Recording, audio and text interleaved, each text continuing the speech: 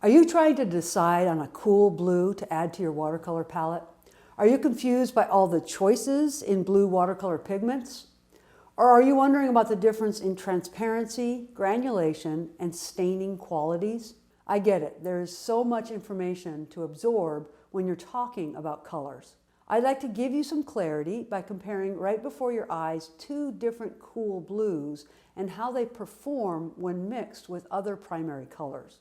I think you'll find this helpful. Let's get started.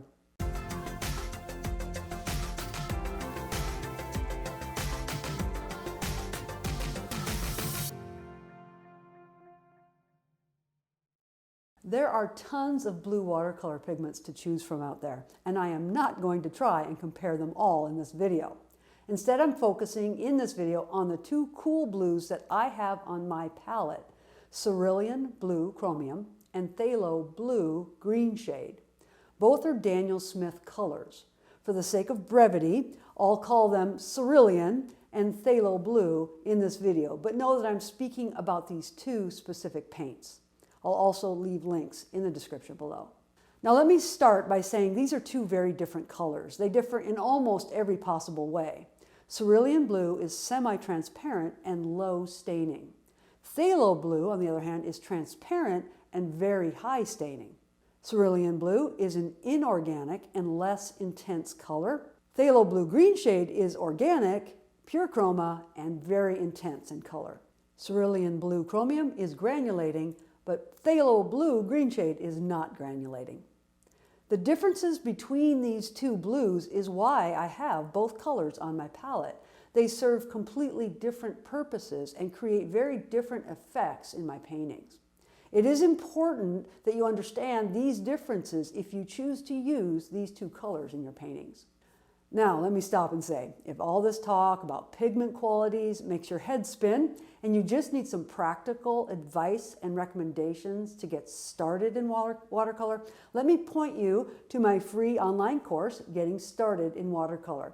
It is designed with the new watercolor artist in mind, someone who needs some guidance in selecting supplies and materials. I discuss watercolor paper, brushes, paints, and palettes in this online course. If this sounds like what you need, click my link in the description below. Now back to my two cool blues. I'm going to mix both Cerulean Blue Chromium and Phthalo Blue Green Shade with a few other primary colors on my palette. I'm going to mix each blue with one cool and one warm red. Then I'll mix the blues with one cool and one warm yellow. Again, if all this talk of warm and cool primaries is new to you, again, check out my free course via the link below. I have some information on that topic in my course as well. As I mix these colors, you will see the dramatically different results that you can get with these two cool blues. All right, let's get mixing. I'm going to start with mixing each of my cool blues with a warm red and a cool red. The warm red I've chosen is Pyrrole Red, which leans towards orange, and a cool red, which is quinacridone rose, which leans towards violet. All the colors I'm using today are by Daniel Smith. You can find links to the products in the description below. Okay, here is the pure Cerulean Blue at the top of my watercolor paper. By the way, I'm swatching these colors out on 140-pound Ba Hong cold press paper. Now I'm going to swatch out the pure reds here along the bottom. Because the Cerulean Blue is cool, when it is mixed with a warm red like Pyrrole, which has a bias towards yellow, I get a more neutralized purple color. You can see the effects of all three primaries mixing and creating a neutral. When I mix the cool Cerulean Blue with a cool quinacridone rose, I get a more vibrant purple. You can see that here.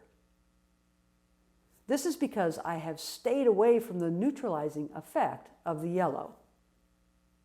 Phthalo Blue is known to be an excellent choice when you want to mix a very dark, almost black purple color. When I mix the Phthalo Blue with a warm red like Pyrrole, I again get a more neutralized but very dark indigo color. When I mix the Phthalo Blue with a cool red, quinacridone rose in this case, I get a vibrant purple. But again, it's a darker purple color than the shade of purple I achieved with the cerulean blue.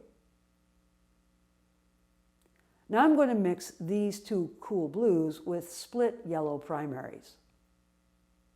The two yellows that I've chosen are New Gamboge and Hansa Yellow Light. When I mix the cerulean with a warm yellow like New Gamboge, I get a beautiful natural green color. It is a color that more likely appears in nature. That is partly because cerulean is an inorganic paint. Also, it is more neutralized because the New Gamboge leans towards red, so the three primaries get mixed in and I get a neutral color. When I mix the cerulean with a cool yellow, like Hansa Yellow Light, you can see I get a more vibrant green color that is not neutralized by any red. A cool blue mixed with a cool yellow gives a vibrant green. Now let's go back to the phthalo blue. When I mix the phthalo blue with a warm yellow like New Gamboge, again, I get a more neutral green color. This is a beautiful natural green. Just to clarify, a neutralized color is not a bad thing. In fact, if you prefer to paint landscapes, you will find that you really need most of your colors to be neutralized because that is the way they tend to appear in nature. When I mix the phthalo blue green shade with a cool yellow, like Hansa Yellow Light, as you see here, these two cool colors, when combined, give a cool, vibrant green. This is very close to a phthalo green shade. My hope in this lesson is that you will, one, better understand how to use two very different cool blue colors, cerulean blue chromium and phthalo blue green shade. And number two, I hope you will better understand the results of mixing cool and warm primaries. It is an essential skill to master as you grow in watercolor. By the way, if you'd like to see all the colors that I currently have on my watercolor palette, download my free color wheel chart via the link below. I'm not suggesting you have to use all the same colors that I use, not at all. Rather, I am just sharing what I am currently using in my watercolor practice. You may find it interesting, and the chart might give you some guidance as you pick your own colors. Finally, I always encourage my students to get out their paints and recreate the swatching exercises that you see in my videos. Use whatever colors that you currently have. Choose two cool blues and mix them each with split red and yellow primaries, just like I've done in the video. Study your results. You will grow in your color awareness and your mixing knowledge. You'll also probably have a lot of fun. Thanks for watching. Have a great day and keep on growing in watercolor.